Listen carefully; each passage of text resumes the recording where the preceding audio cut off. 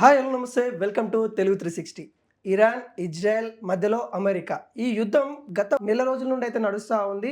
దీనివల్ల కొంత సంక్షోభం కూడా మన తెలంగాణలో కూడా ఏర్పడిన పరిస్థితి మనం చూసాము. అయితే ఇది తాత్కాలికంగా అని కూడా ప్రముఖులు చెప్తా ఉన్నారు. అయితే ఈ యుద్ధ వాతావరణం వల్ల మన ఇండియాకి ఎటువంటి ముప్పు ఉంది, ముఖ్యంగా మన తెలుగు రాష్ట్రాలకి ఎటువంటి ప్రమాదం ఉంది, మన నిజంగానే ఇలాంటి ఏవైతే గ్యాస్ కొరత కావచ్చు, లేకుంటే సిలిండర్ ఏవైతే ఉన్నాయో అవి ఇంకా కొనసాగుతాయా, లేకుంటే ఇక ఈ తాత్కాలికంగా మాత్రమే ఉంటాయా, ఈ అన్ని అంశాల గురించి అయితే మాట్లాడుకుందాం. మనతోని తెలంగాణ గ్రంథాలయ పరిషత్ చైర్మన్ మరియు Congress party senior spoke person doctor Riyaz గారు అయితే ఉన్నారు. సార్ నమస్తే సార్. అనిల్ గారు, మీకు తెలుగు 360 ప్రేక్షకులందరికీ కూడా నమస్కారం. నమస్కారం సార్. సార్ చూస్తూ ఉన్నాం, గత నెల రోజుల నుండి చూస్తూ ఉన్నాం ఇరాన్ ఇజ్రాయెల్ యుద్ధం మధ్యలో అమెరికా ట్రంప్ ఇన్వాల్వ్మెంటు, తన యొక్క స్టేట్మెంట్లు కానీ ఇవన్నీ చూస్తూ ఉన్నాం. ముందుగా వీటినన్నిటిని కూడా మనం ఎలా చూడొచ్చు, ఒక భారతీయులుగా మనం ఎలా చూడొచ్చు? ఈరోజు ప్రపంచం మొత్తం కూడా భౌగోళికంగా సరిహద్దులను కలిగి ఉన్నప్పటికీ రాజకీయంగా, సాంస్కృతికంగా ఆ బౌండరీస్ ఏవైతున్నాయో అవి చెరిపివేయబడ్డాయి. దీన్నే మనం ఏమంటున్నాం అంటే గ్లోబలైజేషన్, ప్రపంచీకరణ అంటున్నాం మనం. 1990స్లో union of Soviet socialist republic, దాన్నే మనం యుఎస్ఎస్ఆర్ అంటాం. అది పతనం అయిపోయిన తర్వాత ప్రపంచంలో ఎల్పిజి అంటే లిబరలైజేషన్, ప్రైవేటైజేషన్, గ్లోబలైజేషన్ ప్రపంచం మొత్తం వ్యాప్తి చెందింది. ఒక దేశం తన మనుగడను కొనసాగించాలంటే మరొక దేశం మీద ఆధారపడే పరిస్థితి ఈరోజు ఏర్పడింది. అవును. ఈరోజు మనుషులందరూ సంఘజీవులుగా ఎట్లయితే ఉన్నారో, అంటే ఒక మనిషి మరొక మనిషి మీద ఆధారపడకుండా జీవించలేని పరిస్థితి ఎట్లయితే సంఘజీవనంలో ఉంటుందో, ప్రపంచ దేశాలు కూడా ఒక దేశం మరొక దేశం మీద ఆధారపడే పరిస్థితే. అక్కడ ఈరోజు మధ్యప్రాచ్యం అంటున్నాం మనం. దాన్ని మనం వెస్ట్ ఏషియా అనే పేరుతో పిలుస్తాం మనం. అక్కడ ఏ సంక్షోభం ఏర్పడిందో, మీరు ఇంతకుముందు చెప్పినట్టుగా అమెరికా ఇజ్రాయెల్ ఒకవైపు అయితే, ఈరోజు ప్రపంచం అంతా మరొక వైపు అయిపోయింది. ప్రధానంగా ఇరాన్కి ప్రపంచం అంతా సపోర్టింగ్గా ఉంది. ఈ నేపథ్యం, ఆ యుద్ధం ఏదైతుందో ఆ యుద్ధ ప్రభావం భారతదేశం మీద ఎక్కువగా ఉంది. ఎందుకు భారతదేశం మీద ఎక్కువగా ఉందంటే, భారతదేశం ఆర్థిక వ్యవస్థ, భారతదేశంలో యొక్క ఉత్పాదకత అంతా కూడా ఆయిల్ ఆధారిత ఆర్థిక వ్యవస్థ మనది. అంటే ఆయిల్ ఆధారంతో మన ఆర్థిక వ్యవస్థ కొనసాగుతూ ఉంటుంది. మన ఆయిల్ మన దగ్గర మన అవసరాలకు సరిపోయే ఆయిల్ ఇక్కడ దొరికే అవకాశం లేదు. కోసం క్రూడ్ ఆయిల్ కోసం తరతరాల నుంచి మనము పర్షియన్ గల్ఫ్ అంటే ప్రధానంగా ఇరాన్ మీద ఆధారపడ్డాం. ఇరాన్కి భారతదేశానికి మధ్య అద్భుతమైన సంబంధాలు ఉన్నాయి. చరిత్రలోకి మనం వెళ్ళి చూస్తే ఒకప్పుడు పర్షియన్ నాగరికతకి, అలాగే భారతదేశంలో వరదిన సింధు నాగరికత దగ్గర నుంచి మన రిలేషన్స్ ఉంటాయి. అది కొనసాగుతూ మధ్యయుగంలో కొనసాగింది. ఆధునిక యుగ ఆరంభంలో కూడా వచ్చింది. అందుకోసం హైదరాబాద్కి ఎక్కడికి వచ్చినా కూడా హైదరాబాద్లో ఇరానీ ఛాయ్ మనల్ని ఆహ్లాదపరుస్తూ ఉంటుంది. హైదరాబాద్ నగర ఆవిర్భావమే ఈరోజు ఇరాన్ ప్రాంతంలో, ఇరాన్లో ప్రధానంగా ఇస్ఫహాన్ అనే నగరం ఏదైతుందో దాని నమూనాలో మనకు మీర్ మోమిన్ అస్రాబాది ఆ రోజు 1590లో ఒక నమూనాను తీసుకొస్తే ఇస్ఫహాన్ నమూనా హైదరాబాద్కి ఏర్పడింది. కాబట్టి ఈరోజు మనం ప్రపంచ విషయాలు డిస్కస్ చేసే క్రమంలో ఇరాన్ ఒకవైపు, ఇజ్రాయెల్ అమెరికా ఒకవైపు జరుగుతున్న ఈ యుద్ధ వాతావరణము ప్రపంచం మొత్తం ప్రభావం చూపింది. ఇది మూడవ ప్రపంచ యుద్ధం కాదు, కానీ అన్ని దేశాల మీద ప్రభావం చూపిన యుద్ధంగా మనం దీన్ని అభివర్ణించవచ్చు. సార్, అయితే వేరే వేరే దేశాలు కూడా వాళ్ళ యొక్క అభిప్రాయం తెలుపుతూ ఉన్నాయి ఈ యుద్ధం పైన. ఇటు ఇరాన్కు మద్దతుగా, యుఎస్కి మద్దతుగా ఇవాళ అభిప్రాయం వాళ్ళు చెప్తా ఉంది. కానీ ఇండియా ఎందుకు తటస్థంగా ఉండాల్సిన పరిస్థితి కనబడతా ఉంది? ఎక్కడ కూడా ఇన్వాల్వ్ అయ్యినట్టుగా కనిపిస్తూ ఉంది. దీనికి అలా కారణాలు ఏమై ఉంటాయంటారు? మంచి ప్రశ్న అడిగారు అనిల్ గారు. దీనిలో రెండు విషయాలు తీసుకోవాలి. అవేంటంటే, రెండవ ప్రపంచ యుద్ధం టైంలో ప్రపంచం బహుధ్రువ ప్రపంచంగా ఉండేది. ఇది వీక్షకులకు అర్థం కావాలి విషయం. బహుదూర ప్రపంచం అంటే ఏంటంటే, అనేక ప్రపంచ దేశాలు ఆధిపత్యంలో ప్రపంచం కొనసాగేది. ఇంగ్లాండ్, యూకేగా పిలువబడే England, France, Spain, Italy, Germany ఇవన్నీ కూడా ప్రపంచ ఆధిపత్యం కోసం నిలబడే సందర్భంలో రెండవ ప్రపంచ యుద్ధం తర్వాత అన్యూయంగా ప్రపంచం ద్విధ్రువ ప్రపంచంగా మారింది. సోవియట్ యూనియన్ కమ్యూనిజాన్ని ముందుకు తీసుకొని పోయి సోషలిస్ట్ శిబిరానికి నాయకత్వం వహిస్తే, వార్సా ద్వారా పెట్టుబడిదారీ ప్రపంచాన్ని నాయకత్వం వహిస్తూ అమెరికా నాటో ద్వారా మిగతా పెట్టుబడిదారీ దేశాలు ఏకం చేసింది. ఈ ద్విధ్రువ ప్రపంచం, దీని ఇంగ్లీష్లో మనం బైపోలార్ వరల్డ్ అంటాం మనం. ఈ అంతకుముందు మల్టీపోలార్ వరల్డ్, బైపోలార్ వరల్డ్గా మారిన తర్వాత 1990స్లో సోవియట్ యూనియన్ విచ్ఛిన్నం అయిపోయింది. అప్పుడు అమెరికా ఆధిపత్యంలో ప్రపంచం యూనిపోలార్ వరల్డ్గా మారిపోయింది. అంటే ఏకధ్రువ ప్రపంచం అమెరికా ఆధిపత్యం. అమెరికా ఆధిపత్యం ఎక్కడి దాకా పోయిందంటే అమెరికా ఏం కోరుకుందంటే ప్రపంచంలో జరిగే ప్రతి వాణిజ్యం డాలర్ ద్వారా జరగాలని కోరుకుంది. హ్మ్. అలా ప్రపంచంలో జరిగే ప్రతి వాణిజ్యం డాలర్ ద్వారా కొనసాగితే ఏమైందంటే అమెరికా లాభాల బాటలోకి వస్తుంది. అమెరికా ఏమనుకుందంటే తన వెపన్స్ ప్రపంచం మొత్తం అమ్మాలనుకున్నది. దాన్నే మనం వెపన్ ఆధిపత్యం అంటాం మనం. హ్మ్. హ్మ్. ఆ వెపన్స్ అమ్మడం కోసం అమెరికా అనేక దేశాల మధ్య సంఘర్షణకి దారి తీపించింది. హ్మ్. హ్మ్. మూడవ అంశం ఏంటంటే సాంస్కృతిక ఆధిపత్యం. అంటే అమెరికా ఈజ్ ఫస్ట్.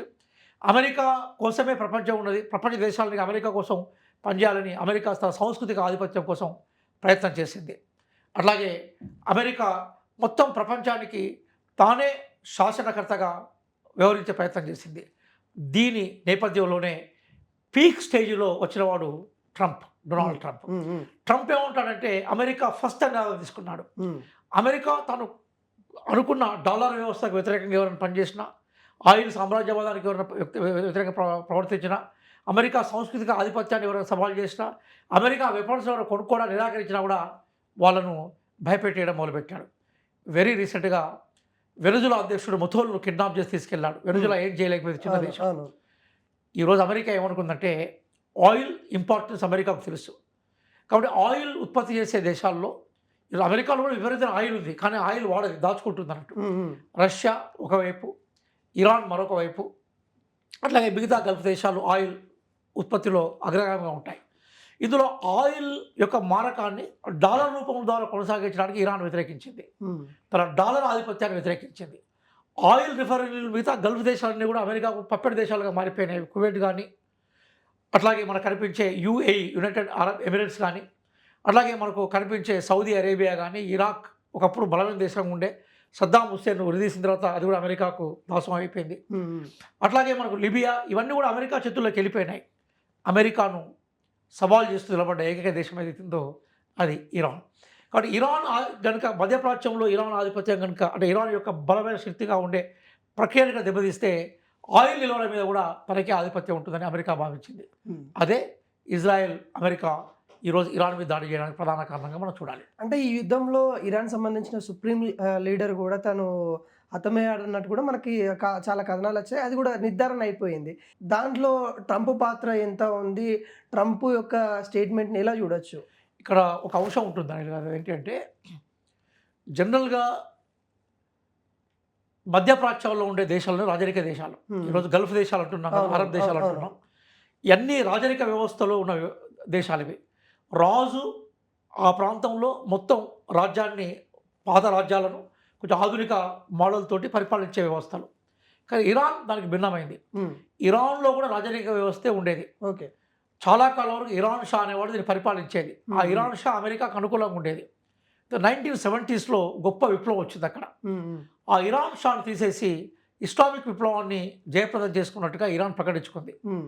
దాని తర్వాత ఖొమేని ఇరాన్‌కి దేశాధ్యక్షుడిగా మారాడు, సుప్రీంగా అయ్యాడు. ఆయన వారసుడే మనకు ఖమేనీగా ఈరోజు ఇరాన్‌కి వచ్చి దాదాపు దశాబ్దం పైనుంచి పరిపాలించుకుంటూ వస్తూ ఉన్నాడు. అయితే ఇరాన్ వ్యవస్థ ఎట్లా ఉంటుందంటే అది పూర్తిగా రాజరిక వ్యవస్థ కాదు. హ్మ్. సుప్రీం కమాండర్ ఉంటాడు. ఆ సుప్రీం కమాండర్ కింద అనేక మంది సబార్డినేట్స్ ఉంటారు. ఒక వ్యవస్థ నడుస్తూ ఉంటుంది. ఓకే. అది రాజరిక వ్యవస్థ కాదు. అట్లాగే ప్రజలను కూడా ప్రజాస్వామ్య వ్యవస్థ కాదు. ఓకే. విప్లవం ద్వారా వాళ్ళు క్రియేట్ చేసుకున్న ఒక పరిపాలనా వ్యవస్థ. హ్మ్. అయితే ఆ పరిపాలనా వ్యవస్థ ఏదైతుందో అది దశల వారీగా ఉంటుంది. అంచెలంచెలుగా ఉంటుంది. దాంట్లో సుప్రీం లీడర్‌గా ఉన్న ఖమేనీ ఎవరైతే ఉన్నారో అతన్ని అమెరికా, ఇజ్రాయెల్ దళాలు బాంబింగ్ ద్వారా చంపేశారు. అది వాస్తవమే. అవును. బహుశా ఖమేనీ చనిపోయినట్టు కూడా ఇరాన్ కూడా ధృవీకరించింది. కానీ కేవలం ఆధిపత్యంలో ఉండే ఒక వ్యక్తి మీద ఆధారపడే వ్యవస్థ కాదు. ఇప్పుడు ఉదాహరణకి హ్మ్. హ్మ్. సద్దాం హుస్సేన్ ఇరాక్‌లో చాలా కాలం అధ్యక్షుడిగా ఉండేవాడు. అవును. సద్దాం హుస్సేన్ చంపేసిన తర్వాత ఇరాక్‌లో వాళ్ళ సోషలిస్ట్ పార్టీ పతనం అయిపోయింది. ఇరాక్ కూలిపోయింది. లిబియాలో గడాఫీ తన చేతుల్లో అధికారం ఉన్నప్పుడు గడాఫీని దించేయగానే అది కూలిపోయింది. మతోల్ను కిడ్నాప్ చేయగానే వెనుజులా మొత్తం కూడా అమెరికా ఆధిపత్యంలోకి వచ్చింది. కానీ ఇరాన్ అట్లాంటి వ్యవస్థ కాదు. ఇరాన్ భౌగోళికంగా బలమైన దేశం. హ్మ్. ఉత్తరాన మొత్తం కొండలు ఉంటా ఉంటాయి. ఆ కొండల కింద యురేనియంను దాచుకొని తద్వారా అణుశక్తిని రూపొందించుకునే శక్తి అనుకున్నది. దక్షిణ మొత్తం కూడా టోటల్‌గా పర్షియన్ గల్ఫ్ ఉంటుంది. అట్లాగే దానికి మరొక వైపు రష్యా సరిహద్దుగా ఉంటుంది. రష్యాకు ఇరాన్ మధ్య కూడా మంచి ఫ్రెండ్‌షిప్ ఉంది. ఇరాన్ భౌగోళికంగా విశాలమైన దేశం. నాగరిక పరంగా కూడా చాలా ప్రాచీనమైన చరిత్ర ఉన్న దేశం. అట్లాంటి ఇరాన్ను మిగతా దేశాలను జయించినట్టుగా, మిగతా దేశాలను ఆ భయాందోళనకు గురి చేసినట్టుగా అమెరికా చేయడం అనేది అమెరికాకు సాధ్యం కాదు. కాబట్టి అమెరికా ఏమనుకుందంటే వెనజులాలా లాగానే లేదా ఇరాక్ లాగానే లిబియా లాగానే అధ్యక్షుడిని చంపేస్తే, సుప్రీంని చంపేస్తే వ్యవస్థ కూలుతుందనుకున్నారు. కానీ అట్లా జరగలేదు. ఎందుకంటే అక్కడ అంచెల వారి వ్యవస్థ ఉంది. అక్కడ వాళ్ళకి అధికార వ్యవస్థ ఉంది. అది నిలబడగలిగింది. ఈరోజు దాదాపుగా వాళ్ళ సైన్యాన్ని మొత్తం కంట్రోల్ చేస్తున్నది ఇస్లామిక్ రెవల్యూషనరీ గార్డ్స్ అనే పేరుతో ఉంటారు. Iranian Islamic revolutionary guards. Okay. వాళ్ళు ఆ ఆత్మాహుతిలో కానీ, అవసరమైతే దాంట్లో కానీ ఎక్కడ కూడా వెనిది అని ఒక గొప్ప ఫోర్స్ 2 లక్షల మంది ఉంటారని అంచనా. ఆర్మీ దాదాపుగా 10 లక్షల ఆర్మీ ఉంది. వాళ్ళతో సంబంధం లేకుండా మనకు ఇస్లామిక్ రెవల్యూషనరీ గార్డ్స్ కౌన్సిల్ ఒకటి ఉంది. అది ఈరోజు ఇరాన్లో యుద్ధాన్ని ఆపరేట్ చేస్తున్నది. కాబట్టి అది 31 డివిజన్స్గా మారిపోయి ఎక్కడిదక్కడ ప్రతిదాడులకు సిద్ధమైపోయింది, ప్రతిదాడులు చేస్తుంది. ఆ క్రమంలో అమెరికా ఆశించినట్టుగా ఇరాన్ లొంగుబాటు జరగలేదు. కాబట్టి ఇది అమెరికాకి ఈరోజు పెద్ద ఛాలెంజ్ అయిపోయింది. ట్రంప్కి ఏం చేయాలో అర్థం కాకుండా రోజుకో మాట, పూటకో వేషం వేసే ప్రయత్నం చేస్తున్నాడు. అంటే ఆయన వారం రోజుల నుండి కూడా వార్త చిక్కర కొడుతుంది. ఇక యుద్ధం ఆపేశాను అనే వార్తలు కూడా వినబడతా ఉంది. నిజంగా ఆగిపోయినట్టేనా లేకుంటే ఇంకా ఎట్లా ఉంది ఇప్పుడు ప్రస్తుత పరిస్థితులు? యుద్ధం కొంతకాలం కొనసాగే అవకాశం ఉంది. మీరు బిగినింగ్లో ఒక ప్రశ్నకు నేను సమాధానం చెప్పాల్సింది ఏంటంటే భారతదేశం యొక్క పాత్ర ఏంటి ఇందులో. ఇది చాలా కీలకంగా భారతీయులుగా మనం ఆలోచించాలి. అనిల్ గారు వాస్తవంగా మధ్యప్రాచ్యంలోని అన్ని దేశాలతోటి మనకు మంచి సంబంధాలు ఉన్నాయి.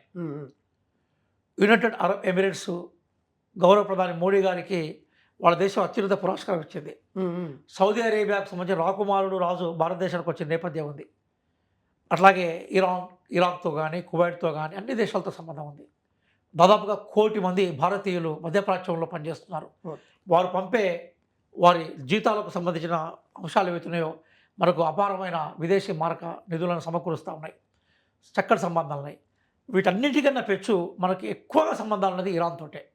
ఎందుకోసం అంటే నేను ఇంతకుముందు చెప్పినట్టుగా ప్రాచీన కాలం నుంచి సింధు నాగరికత, పర్షియన్ నాగరికత మధ్య సంబంధాలు ఉన్నాయి. అలాగే ఇరాన్కు సంబంధించిన అనేక మంది రాజులు భారతదేశానికి దండయాత్రల కోసం వచ్చి ఇక్కడ సెటిల్ అయిన సందర్భాలు ఉన్నాయి. ఈరోజు హైదరాబాదుని మొట్టమొదటిసారిగా ఏర్పాటు చేసిన కుతుబ్ షాయిల మూలాలు కూడా ఇరాన్లోనే కనిపిస్తూ ఉంటాయి. అందుకోసం భారతదేశానికి సంబంధించిన రిలేషన్స్ ఇరాన్తో కొనసాగుతూ ఉన్నాయి. మనతో చాలా గొప్ప సంబంధాలు ఉన్నాయి. అయితే అటల్ బిహారీ వాజ్పేయి గారు ప్రధానమంత్రిగా ఉన్నప్పుడు, అంతకుముందు నెహ్రూ గారు మొట్టమొదటి ప్రధానమంత్రిగా ఉన్నప్పుడు అందరం కూడా మనం పాలస్తీనా విషయంలో పాలస్తీనాకు పూర్తిగా సపోర్ట్ చేశాం. కానీ మోడీ గారు ప్రధానమంత్రిగా అధికారంకి వచ్చిన తర్వాత విదేశీ వ్యవహారాల్లో కొన్ని తేడాలు వచ్చినాయి. అందులో ప్రధానంగా ఏంటంటే అమెరికన్ సెంట్రిక్ విదేశాంగ విధానానికి మోడీ గారు ఎక్కువ ప్రాధాన్యత ఇచ్చారు. అందుకోసమే ట్రంప్ ఎలక్షన్స్లో ఏమన్నాడు, అబ్ కీ బార్ ట్రంప్ సర్కార్ అన్నాడు. ఒక దేశంలో ఎన్నికలు అయితే ఆ ప్రజలు ఎవరికి ఓట్లేస్తే వాళ్ళు గెలుస్తూ ఉంటారు. మన దేశ ప్రధానమంత్రి అమెరికాకు పోయి అబ్ కీ బార్ ట్రంప్ సర్కార్ అని మాట్లాడడం అనేది సరైన వైఖరి కాదు. అది మన జాతీయ ప్రయోజనాలకు, ప్రజాస్వామ్య విలువలకు విరుద్ధం. ఆసారి ట్రంప్ ఓడిపోయినాడు. మళ్ళీ డెమోక్రటిక్ పార్టీ అధికారంలోకి వచ్చింది. మళ్ళీ ట్రంప్ అధికారంలోకి వచ్చాడు. వచ్చిన తర్వాత మోడీ గారు ప్రధానంగా అమెరికా కేంద్రీకృత ఫారిన్ పాలసీకి ఇంపార్టెన్స్ ఇవ్వడం వల్ల ఏమైపోయిందంటే అంతర్జాతీయ సమాజంలో మనం చులకనైపోయినాం. ఒక విషయం అనిల్ గారు, భారతదేశం విశ్వగురు, ప్రాచీన నాగరికత ఉంది, అద్భుతమైన మానవ సంపద ఉంది. మన్మోహన్ సింగ్ గారు తీసుకొచ్చిన రిఫార్మ్స్ వల్ల ప్రపంచంలో అనేక కంపెనీలకు మన వాళ్ళు సీఈఓలుగా పోయే ఒక అద్భుతమైన వాతావరణం ఉంది. నెహ్రూ గారు తీసుకొచ్చిన పబ్లిక్ పాలసీ వల్ల ప్రపంచం మొత్తం కూడా మన దగ్గర గవర్నమెంట్ స్కూల్లో చదివిన వాళ్ళు సైంటిస్టులు అప్పటికి సందర్భం ఉన్నది. మనం అలీనా ఉద్యమానికి నాయకత్వం వహించాం. నిక్సన్ ప్రధానమంత్రిగా ఇందిరాగాంధీని బంగ్లాదేశ్ యుద్ధ సమయంలో ఇందిరాగాంధీని ప్రధానంగా కంట్రోల్ చేసే ప్రయత్నం చేసాం, నియంత్రించే ప్రయత్నం చేసాం. ఇందిరాగాంధీ ఏంటంటే limit your tongue, we are only friends, you are not boss on me అని చెప్పి అమెరికాలో చెప్పొచ్చే చరిత్ర భారతదేశానికి ఇందిరాగాంధీ గారికి ఉంది. అంత గొప్ప చరిత్ర ఉన్న భారతదేశము, అంత గొప్ప హృదయం ఉన్న భారతదేశం ఏదైతుందో, ప్రపంచానికి నాయకత్వం భారతదేశము ఈ మధ్య కాలంలో మోడీ సెంట్రిక్ ఫారిన్ పాలసీలో ప్రధానంగా ట్రంప్ సెంట్రిక్ ఫారిన్ పాలసీగా మారడం అనేది బాధాకరం. ఒక అమెరికన్ మినిస్టర్ ఏమంటాడంటే, ఆ భారతీయులతో ఏముంది చాలా వ్యంగ్యంగా, మేము ఎట్లా చెప్తే అట్లా ఉంటారు, లేమంటే లేస్తారు, కూర్చోమంటే కూర్చుంటారని వ్యంగ్యంగా మాట్లాడాడు. మోడీ గారు కనీసం ఖండన చేయలేదు. మన మీద 50% పైగా సుంకాలు వేశారు, మనం ఎక్కడా ఖండన చేయలేదు. మీరు ఇరాన్ దగ్గర నుంచి పెట్రోల్ కొనొద్దన్నాడు, మనం జీ ఊజర్ అన్నాం. రష్యా దగ్గర నుంచి పెట్రోల్ కొనొద్దన్నాడు, జీ ఊజర్ అన్నాం. అంటే ఎక్కడ కూడా ఫారిన్ పాలసీలో మనం ఇండిపెండెన్స్ తీసుకోలేకపోయినాం. చివరికి యుద్ధం ఇంకో 48 గంటల్లో ఆరంభమైద్దనంగా గౌరవ ప్రధాని మోడీ గారు ఇజ్రాయెల్ పోయినారు. పోవాల్సిన అవసరం ఏం లేదు కదా. ఇరాన్ మన మిత్రులే, మిగతా దేశాల మిత్రులే. రష్యా అనేక సందర్భాల్లో వీటో పవర్ తోటి భారతదేశాన్ని రక్షించిన ప్రయత్నం చేసింది. ఇట్లాంటి భారతీయ ఉన్నతమైన విదేశాంగ విధానానికి వ్యతిరేకంగా మోడీ గారు ఇజ్రాయెల్ పర్యటన కానీ, ట్రంప్కు ప్రధానంగా ట్రంప్ ఆధిపత్యాన్ని అంగీకరించే ధోరణి ఏదైతుందో ప్రపంచ దేశాల్లో విదేశాంగ విధానాల్లో మనం కొంత పలచైన మాట వాస్తవమే. అంటే ఇక్కడ ఇంకొక ప్రశ్న కూడా తలెత్తుతోంది. ఏదంటే ఆ ప్రశ్న గత కొద్ది రోజుల నుండి ఎందుకు నరేంద్ర మోడీ ట్రంప్‌కి లొంగుతా ఉన్నాడు? ఎందుకు అసలు మీరన్నట్టుగా ఎందుకు ఈ ప్రశ్న తలెత్తుతా ఉంది? ఎందుకు లొంగుతా ఉన్నాడంటే ఏం చెప్తారు? కాంగ్రెస్ పార్టీగా 2 విషయాలు చెప్పారు మా నాయకులు రాహుల్ గాంధీ గారు. ఒకటి, అదానీ ఆర్థిక సామ్రాజ్యాన్ని ప్రపంచం మొత్తం విస్తరింపజేసే ప్రయత్నం చేశాడు. మిమ్మల్ని సూటిగా అడుగుతున్నా నేను, అనిల్ గారు, మీరు కూడా 10 సంవత్సరాల నుంచి రకరకాల గ్రాడ్యుయేషన్ తర్వాత మీరు జర్నలిజంలో వండుకుంటూ వచ్చారు. అదానీ పేరును మనం 10 సంవత్సరాల క్రితం ఎప్పుడైనా విన్నామా? మీరు విన్నారా? నేను విన్నానా? ఈరోజు అదానీ సామ్రాజ్యం ప్రపంచం మొత్తం విస్తరించింది. ఈ అదానీ తన ఆర్థిక సామ్రాజ్యాన్ని విస్తరించే క్రమంలో అనేక అవకతవకలు పాల్పడ్డాడు. అతనికి సంబంధించిన ఆర్థిక నేరాలు ఏవైతున్నాయో అమెరికాలో నమోదై ఉన్నాయి. కాబట్టి అదాన్ని రక్షించడం కోసం మోడీ గారు ప్రాణం వెళ్తున్నారని ఒక వాదన ఉంది. కాంగ్రెస్ పార్టీగా మేము దాని మీద మేము మాట్లాడుతున్నాం. రెండోది ఏంటంటే, ఇటీవలి కాలంలో ప్రపంచాన్ని షేక్ చేస్తున్న అంశం ఏదైతే ఎపిస్టన్ ఫైల్స్. ఎపిస్టన్ ఫైల్స్ అనగానే మోడీ గారు సడన్గా, అప్పటిదాకా అమెరికా మన మీద సుంకాలు విధిస్తే మేము ఎదుర్కొంటా ఉన్న మోడీ గారు ఎపిస్టన్ ఫైల్స్ అనే సందర్భం రాగానే మౌనంగా మారిపోయినారు. కాబట్టి ఎపిస్టన్ ఫైల్లో ఏమేమి ఉంది, మన దగ్గర తెలంగాణలో అంటాం, ఏమంటామంటే దాల్ మే కుచ్ కాలా హై అంటూ ఉంటాం. అలాగే ఎపిస్టన్ ఫైల్లో ఏదో ఉంది. ఆ ఎపిస్టన్ ఫైల్ ని ముందరబెట్టి, అదానీ వ్యవహారాన్ని ముందరబెట్టి ఈరోజు భారతదేశ విదేశాంగ విధానాన్ని తనకు అనుకూలంగా ట్రంప్ మార్చుకున్నాననే విమర్శలు మేము చేస్తూ ఉన్నాం. దాని మీద గౌరవ ప్రధాని మోడీ గారు ఇప్పటివరకు సమాధానం చెప్పలేదు. అంటే దాని మీద కూడా బీజేపీ నేతలు మాట్లాడుతూ ఉన్నారు. ఎక్కడ కూడా లొంగలేదు, వచ్చే గ్యాస్ వస్తూనే ఉంది, వచ్చే పెట్రోలియం వస్తూనే ఉంది, ఎక్కడ కూడా కొరతలు లేకుండా చేస్తూ ఉన్నాము. కావాలని అధికారం రాలేదని ఆ అక్కస్తోని మా పైన కాంగ్రెస్ పార్టీ తప్పుడు ఆరోపణలు చేస్తూ ఉందని కూడా పదే ఇక్కడ తెలంగాణలో ఉన్న బీజేపీలు చెప్పారు, అటు కేంద్రంలో ఉన్న బీజేపీలు కూడా ఇదే మాట్లాడుతూ ఉన్నారు కదా. నేను మిమ్మల్ని అనిల్ గారు అంటున్నాను, మీరు senior journalist, young journalist, camera తీసుకొని మనం బయలుదేరదాం. మనం ఒకసారి ఎల్పిజి స్టేషన్స్ దగ్గరికి వెళ్దాం. మనం ఎన్ని కిలోమీటర్ల దూరంలో ఆటోలు ఉన్నాయో మీరు చూస్తారు, నేను చూస్తారు. నెంబర్ 1, మీరన్న వాదనే నిజమైతే సిలిండర్ మనకు 21 రోజులకు డెలివరీ అయ్యే సిలిండర్ని ఒకసారి దాన్ని మనము ఇంకో 6 రోజులు ఎందుకు పొడిగించాం మీరు చెప్తే నేను వింటాను. కమర్షియల్కి సంబంధించిన గ్యాస్ని సడన్గా ఎందుకు దాని రేట్ను పెంచారు, అందుబాటులో తీసుకురావడానికి ఎందుకు కండిషన్ పెట్టారు మీరు చెప్తే నేను వింటాను. ఓకేనా? సంక్షోభం ఉంది. అదే క్రమంలో అమెరికా ఒక విషయం ఏమన్నదంటే, మీకు 4 రోజులు గడువిస్తున్నా నేను, మీరు ఇప్పుడు రష్యా నుంచి పెట్రోల్ కొనుక్కోవచ్చు అన్న మాట వాస్తవమా కాదా? ట్రంప్ అన్న మాట వాస్తవమా కాదా? అన్నప్పుడు మోడీ గారి ఖండన ఎక్కడైనా మీరు ఏదో రూపంలో ఖండఖండాలు వదిలిపెట్టినా ఉంటే నేను అంగీకరించే ప్రయత్నం చేస్తాను. చాలా క్లియర్గా అమెరికా ఏముంది, మీకు 4 రోజులు టైం ఇస్తున్నాను, మీరు ఎక్కడ కొనుక్కుంటారో కొనుక్కోండి అని చెప్పింది. అంటే ఒక సార్వభౌమాధికార దేశాన్ని మరొక దేశము, నేను మీకు 4 రోజులు టైం ఇస్తున్నాను, 15 రోజులు టైం ఇస్తున్నాను, మీకు స్వేచ్ఛను ఇస్తున్నాను, లేదా మిమ్మల్ని నియంత్రిస్తానని ప్రకటించడంతో నీ దేశం వలసవా దేశం కనపడుతుంది తప్ప సార్వభౌమాధికార దేశం కనిపించదు కదా. అంటే ఈ అంశాలపైనే బంగ్లాదేశ్కి కూడా పెట్రోల్ని మనం సహాయం చేస్తూ ఉన్నాం, వాళ్ళకి హెల్ప్గా కూడా మన కాడున్న నిల్వలు కొంత వాళ్ళకి సంక్షోభంలో ఎమర్జెన్సీ ప్రకటించిన దేశాలకు కూడా, మన అన్నదమ్ములా ఉన్న దేశాలకు కూడా ఇట్లా సహాయం చేస్తూ ఉన్నాం. ఇది మోడీ సత్తా, ఇక్కడ మనము ఆర్థికంగా ఎంత ఎదుగున్నాము అన్నట్టుగా వాళ్ళు చెప్తూ ఉన్నారు. మళ్ళీ ఒక విషయం అడుగుతున్నాను సార్, నేను అవన్నీ పాత ఒప్పందాలకు అనుగుణంగా ప్రభుత్వం చేస్తున్నది. అంటే మన దగ్గర మళ్ళీ చెప్తున్నాను, మన దగ్గరికి వైజాగ్లో నావికా విన్యాసాలు జరిగాయి. అవును, మనం పిలిస్తే అతిథిగా ఇరాన్ నుంచి ఒక నౌక వచ్చింది.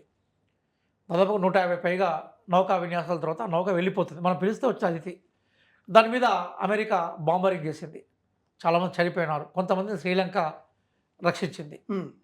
మన దగ్గరికి మన ఇంటికి చుట్టంగా వచ్చిన అతను క్షేమంగా పోవాలని కోరుకోవాలి కదా. ఇంటికి పోయినాక నాకు ఫోన్ చేయి క్షేమంగా చేరుకున్నావా లేదా అంటాం మనం ఎవరైనా కూడా. కనీసం దాన్ని చిన్న ఖండన కూడా చేయలేకపోయింది భారతదేశం. ఒకప్పుడు ప్రపంచానికి జ్ఞానాన్ని ప్రసాదించిన భారతదేశం బుద్ధుని బోధనలు ప్రపంచానికి పరిచయం చేయడంలో కీలకమైన పాత్ర పోషించిన భారతదేశం, నాన్ అలైన్ పాలసీ ద్వారా అలైన విధానం ద్వారా ప్రపంచంలో నాయకత్వం ఇచ్చే భారతదేశం ఈరోజు మన ఇంటికి ఓ అతిథి వస్తే అతిథి మీద దాడి చేసినా కూడా ఏమీ చేయలేకపోయింది, కనీసం ఖండించలేకపోయింది. ఈవెన్ ఇరాన్ సుప్రీం ఖమైనీ మన భారతదేశానికి అంతకుముందు ఒకసారి గెస్ట్గా వచ్చాడు. ఇరాన్కు మన మధ్య చారిత్రక సంబంధాలని ఖమైనీ మీద భయంకరంగా బాంబులు వేసి అమెరికా చంపేస్తే ఒక సంతాప ప్రకటన కూడా గౌరవ ప్రధాని మోడీ ఇవ్వలేకపోయినాడు. ఇవి ఏ మానవ విలువలు సార్? ఏ నాగరికత విలువలు చెప్పండి సార్? ఇవి ఏ విదేశాంగ విధానానికి సంబంధించిన మూలాలు చెప్పండి సార్? మీరు చెప్తే నేను వింటాను సిద్ధంగా ఉన్నాను. ఇంకొక అదే శ్రీలంక ఆ రక్షించిన వాళ్ళని అమెరికా అప్పగించమంటే మేము వాళ్ళ ప్రాణాలకి మేము మేము నిలబడతాం వాళ్ళ ప్రాణాల కోసం అని చెప్పి చిన్న దేశం అంతా పోలిస్తే కనీసం అంత ధైర్యం కూడా ప్రదర్శించకపోవడం అనేది ఇది ట్రంప్ సెంట్రిక్ ఫారిన్ పాలసీనా, భారత్ సెంట్రిక్ ఫారిన్ పాలసీనా మీరు చెప్పండి. ఇంకొక విషయం సార్, అంటే ఈ యుద్ధ నేపథ్యంలో మనం మాట్లాడుకోవాల్సింది ఏంటంటే రూపాయి వాల్యూ కూడా మనం మాట్లాడుకోవాల్సిన పరిస్థితి కనబడుతుంది. మొన్న పార్లమెంట్లో కూడా వాళ్ళు మాట్లాడుతున్నప్పుడు వేరే దేశాలను కంపేర్ చేస్తూ వాళ్ళ యొక్క విలువలు ఇంత తగ్గిపోయినాయి, మన ఇంత మాత్రమే తగ్గిపోయినాయి అన్న చెప్తున్న పరిస్థితి కనబడుతూ ఉంది. దీన్ని ఎట్లా చూడొచ్చు? తగ్గిపోతుందని వాదనలు బలంగా వినిపించినప్పుడు వేరే దేశాలతో కంపేర్ చేస్తూ వాళ్ళకంటే మనం తక్కువనే మనది పడిపోయింది వాళ్ళకంటే మనం తక్కువ పడిపోయిందని చెప్పడాన్ని ఎట్లా చూడొచ్చు? అనిల్ గారు, ఇది చాలామందికి అర్థం కాని ప్రశ్న ఏంటంటే అసలు నిజంగా ఈ విలువ ఎట్లా నిర్ణయించబడతాయంటే క్లుప్తంగా చెప్పే ప్రయత్నం చేస్తాను. అదేంటంటే మన ప్రపంచంలో మనం చేసే ఎగుమతులు దిగుమతులు, అలాగే జీడిపి గ్రాస్ డొమెస్టిక్ ప్రొడక్షన్, అలాగే మనకు బ్యాంకుల్లో ఉన్న బంగారు నిల్వలు, వీటి అన్నిటి ఆధారంగా మనం విలువ నిర్ణయిస్తూ ఉంటాం. ఈరోజు ప్రపంచంలో విలువ నిర్ణయించడంలో డాలర్ అనేదాన్ని ప్రామాణికంగా అమెరికా బాగా కృషి చేసి తన డాలర్నే ప్రామాణికత నిదర్శనంగా పెట్టింది. దాన్ని ఇరాన్ అంగీకరించలేదు, అది వేరే విషయం. మళ్ళీ మనం చర్చించుకుందాం. డాలర్ ఎదురుగా రూపాయి విలువ విషయ సందర్భానికి వచ్చినప్పుడు మన్మోహన్ సింగ్ గారి టైంలో మనం 63 రూపాయలు ఇస్తే $1 వచ్చేది. అది చాలా పీక్గా ఇదే గౌరవ ప్రధాని మోడీ గారు అప్పుడు ప్రతిపక్ష నేతగా, ఇప్పుడే నిర్మలా సీతారామన్ గారు అప్పుడు బీజేపీ నేతగా చాలా క్రిటిసిజం తోటి మన్మోహన్ సింగ్ గారిని ఎగతాళి చేసే ప్రయత్నం చేశారు. ఇప్పుడు అది బహుశా మనం చర్చిస్తున్న క్రమానికి $96 పోయింది ఈ రోజుకి. అది ఇంకో రేపు ఎల్లుండో 100కు 100 ఈక్వల్ అయితే $100కు $1 ఈక్వల్ అయ్యే అవకాశం ఉంది. ఎందుకు ఇట్లా జరిగిందంటే సార్, మనం డాలర్ని ప్రామాణికంగా తీసుకున్నాం. మనం అమెరికా సెంట్రిక్ విదేశాంగ విధానాన్ని తీసుకునే క్రమంలో పూర్తిగా అమెరికాకు సంబంధించిన విదేశాంగ విధానానికి సంబంధించిన దిగుమతుల పాలసీని యాస్టీస్ తీసుకోవడం వల్ల మన రూపాయి విలువ ఏదైతుందో డాలర్కి లోబడి కొనసాగుతుంటూ వచ్చింది. ఇదే చైనా ఉంది, యువాన్ను వాళ్ళు చాలా సందర్భాల్లో ఉపయోగించే ప్రయత్నం చేశారు. భారతదేశం గొప్పదనం ఏంటంటే మనది చాలా పెద్ద మార్కెట్ సార్. ప్రపంచానికి భారతదేశం ఎంతైతే అవసరమో భారతదేశానికి ప్రపంచం కూడా అంతే అవసరం. ఎందుకోసం అంటే ప్రపంచంలో ఇదే యునైటెడ్ స్టేట్స్ ఆఫ్ అమెరికా తన వస్తువులను అమ్మకానికి చాలా పెద్ద మార్కెట్గా భారతదేశాన్ని గుర్తిస్తుంది. అయితే అమెరికా ఆధిపత్యాన్ని ఛాలెంజ్ చేయడం కోసం గతంలో మనం బ్రిక్స్ ఏర్పాటు చేసాం సార్. అంటే బ్రిక్స్ అంటే ఏంటంటే Brazil, Russia, China, south Africa, India. ఇవన్నీ కలిసి చైనా పెద్ద మార్కెట్, ఇండియా పెద్ద మార్కెట్, బ్రెజిల్ పెద్ద మార్కెట్, సౌత్ ఆఫ్రికా పెద్ద మార్కెట్, బ్రెజిల్ పెద్ద మార్కెట్, ఇవన్నీ కలిస్తే పేద మార్కెట్. ఈ మార్కెట్ మనం సిద్ధం చేసుకుంటే ఏమైందంటే అమెరికాకు ధీటుగా మనం నిలబడే అవకాశం మనకు ఉండేది. రూపాయి తన మారకాన్ని కోల్పోయే అవకాశం ఉండకపోయేది. ఈరోజు బ్రిక్స్కు వర్చువల్గా ఎప్పటికి మారుతుంటారు అధ్యక్షులు. ఈరోజు ఇండియాకి దానికి అధ్యక్షులు. ఆ బ్రిక్స్ నిర్మాణాన్ని మనం బలోపేతం చేయడంలో మనం ఫెయిల్ అయినాం సార్. ఫెయిల్ అయిపోయి ట్రంప్ సెంట్రిక్ ఫారిన్ పాలసీ తీసుకోవడంలో ఏమైపోయిందంటే మన దిగుమతులు వాళ్ళు పెట్టిన ఆంక్షలకి తలకిందులు అయిపోయినాయి. ఇంకో విషయం చెప్తాను. ఇప్పుడు వరకు మనం దిగుమతులు కూడాయిల గురించి మాట్లాడుకున్నాం, కానీ మన ఎగుమతులు ఉన్నాయి. రైస్, బాస్మతి రైస్, మన పసుపు ఉంది, టర్మరిక్, అలాగే మన బంగారం ఆభరణాలు ఉన్నాయి. అంటే బంగారం మన దగ్గర దొరకదు, కానీ బంగారం తెచ్చినాక ఆభరణాలు అద్భుతంగా తయారు చేస్తాం. ఇవన్నీ మనకు ప్రధానంగా గల్ఫ్ దేశాల్లో పోతుంటాయి. ఈ దిగుమతుల మీద మన మీద ప్రభావం పడడంతో పాటుగా ఎగుమతుల మీద కూడా ప్రభావం పడింది. దాంతో రైతులకు అలాగే హ్యాండీక్రాఫ్ట్స్ తయారు చేసే వాళ్ళకు ఇబ్బందులు ఏర్పడినాయి. ఇప్పటికీ యూఏఈ నుంచే మనకి ఎక్కువ గోల్డ్ అట్లాగే సిల్వర్ వస్తుంటుంది. అందుకోసం మనం ఏం చేసామంటే అమెరికాకు అనుకూలమైన ఆర్థిక విధానాలను తీసుకోవడం ఏమైపోయిందంటే రూపాయి కింద పడిపోవడం స్టార్ట్ అయిపోయింది. దీన్ని విజయం చేయడంలో గౌరవ ప్రధాని మోడీ గారు కానీ నిర్మలా సీతారామన్ గారు కానీ ఫెయిల్ అయిపోయారు. ఇది చాలా క్లియర్గా మనం గుర్తించాల్సిందే. ఆ ప్రభావమే రూపాయి విలువ పడిపోవడం స్టార్ట్ అయిపోయింది. సార్, ఈ యుద్ధం వాతావరణం వల్ల మనకాడికి కూడా అంటే ఆ ఎఫెక్ట్ అనేది కూడా ఇక్కడ కూడా మనం చూసాం. పెట్రోల్ కొరత కావచ్చు, గ్యాస్ కొరత కావచ్చు, ఇవన్నీ చూస్తూ ఉన్నాం. ఇంకా ఇలాంటి సంబంధించిన ప్రాబ్లమ్స్ ఇంకా ముందు ముందు ఫేస్ చేయాల్సిన పరిస్థితి ఇటు తెలుగు రాష్ట్రాలకు కావచ్చు, ఇండియాకి కావచ్చు వచ్చే అవకాశాలు ఉన్నాయంటారా? 3 విషయాలు మాట్లాడుకుందాం మనం విడివిడిగా. ఒకటి, తెలంగాణ అనేది ల్యాండ్ లాక్డ్ స్టేట్ సార్. అంటే మనకు సముద్రం ఎక్కడ కూడా సరిహద్దులో ఉండదు మనకు. అవునవును. కాబట్టి పూర్తిగా మనము రోడ్డు మార్గం ద్వారా మాత్రమే మనం తెలంగాణకు సంబంధించిన ఎకానమీని మనం నిర్దేశించుకోగలుగుతాం. అవును. ఈరోజు ఏమైపోయిందంటే తెలంగాణ అంటేనే హైదరాబాద్. ఇక్కడ హైదరాబాదే మనకు క్యాపిటల్ రాజధాని, అట్లాగే పొలిటికల్ రాజధాని. ఈరోజు హైదరాబాద్లో ఏమైపోయిందంటే మొట్టమొదటిసారిగా గ్రోయింగ్, ఇప్పుడు హైదరాబాదు భారతదేశంలో చాలా గ్రోయింగ్ సిటీ. సడన్గా ఇది రావడం వల్ల ఏమైపోయిందంటే సాఫ్ట్వేర్కు సంబంధించిన అంశాల మీద దెబ్బపడింది. మొన్ననే ఒరాకిల్ కంపెనీ 30,000 మంది ఉద్యోగులను తీసేస్తే 12,000 మంది మన వాళ్ళు ఎప్పుడైనా సందర్భం ఉన్నది. అంటే అమెరికాకు సంబంధించిన ఒత్తిడి మన వాళ్ళ మీద పడే అవకాశం ఉంది. రెండోది, తెలంగాణ ప్రాంతం నుంచి విపరీతంగా గల్ఫ్కి పోతారు సార్. ప్రధానంగా నిజామాబాద్, జగిత్యాల, కరీంనగర్లో వాళ్ళ జీవితమే ముంబాయి, దుబాయ్, బొగ్గుబాయి లాగా ఉన్న జీవితం అది. అందుకోసం ఇప్పుడు వాళ్ళ దగ్గర నుంచి వాళ్ళు పంపించే మార్గద్రవ్యం తగ్గిపోయే అవకాశం ఉంటుంది. వాళ్ళు వెనక్కి వస్తే వాళ్ళకి ఉద్యోగ అవకాశాలు ఇవ్వడంలో మన దగ్గర అవకాశాలు లేకనే అక్కడ పోయినారు కదా.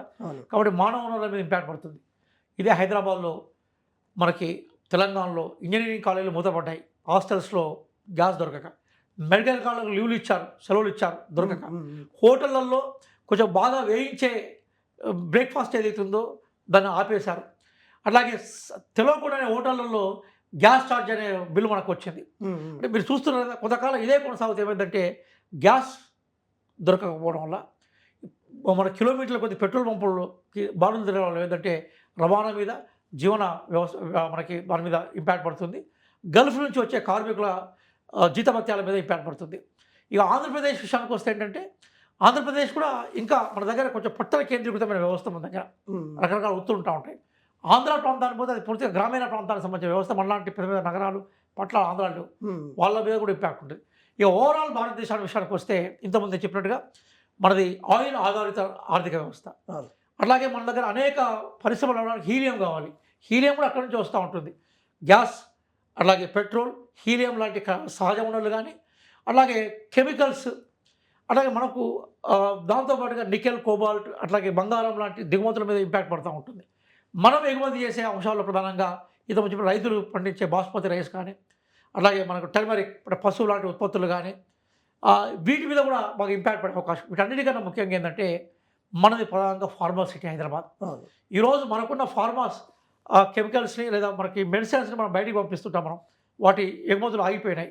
ఇంత దుర్మార్గమైన దేశం అమెరికా అంటే ఈరోజు గల్ఫ్ దేశాలకు మనం మెడిసిన్స్ పంపించడం కోసం విమానాన్ని మనం ఎంగేజ్ చేస్తే ఆ విమానాన్ని కూడా కూల్చేసింది. కనీసం దాని మీద గౌరవ ప్రధాని మోడీ మాట్లాడకపోవడం అనేది బాధాకరం, దురదృష్టకరం. కానీ మనం ఒక విషయం గుర్తుపెట్టుకోవాలి అనిల్ గారు, చాలా కష్టపడితే మనం ఈ నాగరికత నిర్మించుకున్నాం. ఒక ఇల్లు కట్టడానికి ఎంతమంది శ్రమపడాలి, ఎంత టైం పడుతుందో మీకు తెలుసు, నాకు తెలుసు. మన కళ్ళ ముంగటే భయంకర విధ్వంసం జరుగుతూ ఉన్నప్పుడు, ప్రాజెక్టులు కూల్చివేయబడుతూ ఉన్నప్పుడు, మనం నిర్మించుకున్న అద్భుతమైన నాగరికత సౌదాలు విచ్ఛిన్నమైపోతున్నప్పుడు ఎంత బాధ అనిపిస్తుంటుంది. నిర్మాణం చాలా కష్టం సార్, విధ్వంసం చాలా సులభం. ఈరోజు అమెరికా విధ్వంసానికి ప్రతిగా ఉంది, మిగతా ప్రపంచం నిర్మాణానికి ప్రతిగా ఉంది.